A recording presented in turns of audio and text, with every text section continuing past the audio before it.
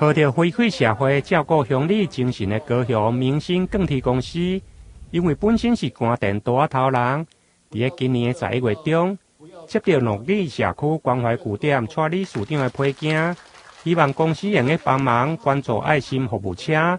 想袂到伫总经理胡耀仁的帮赞，上午特别出席，捐赠一台全新的送餐爱心专车，包括市长夫人刘玉珍、社会局长陈英基。甲安南区长、议员拢共同出席，观礼见证。虽然今年疫情的关系，大家经营都很辛苦，可是我觉得有一个这么为社会公益的人在这边努力。我们做企业的人啊，我们实在说，我们做企业，我们每天就是在算我们有多少获利，我们要改善我们公司员工的生活，我们要改善我们家人的生活。可是我们很少去想到，社会上有一群更需要我们去改善他们生活的人。所以蔡理事长这一通电话也给了我一个醒钟，今年又要到年底了，我们还有多少该做的事我们没有做，所以后来很感谢我们股东跟我们同事的支持。这一台车我就跟理事长说，这台车我们认捐，全部都是我们来处理。我呼应一下胡总经理的说法哈，可以跟着回力球，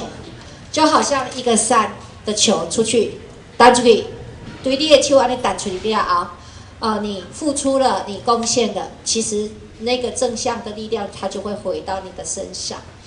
这个是我看了一本书，那个书教我的。我相信在座的每一个人，包含我们的蔡理事长一样，真的是群策群力，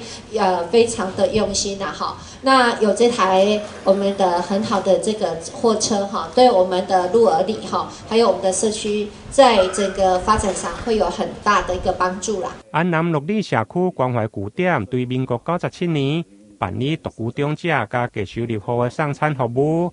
，13档来唔捌中断。不过因为安南区的范围辽阔，有时阵搬运物资需要一台爱心专车。现在有更替公司的捐赠。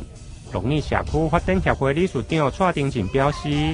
未来伫照顾关怀据点的服务，唔定暖心，而且个暖胃。台南新闻林根采访报道。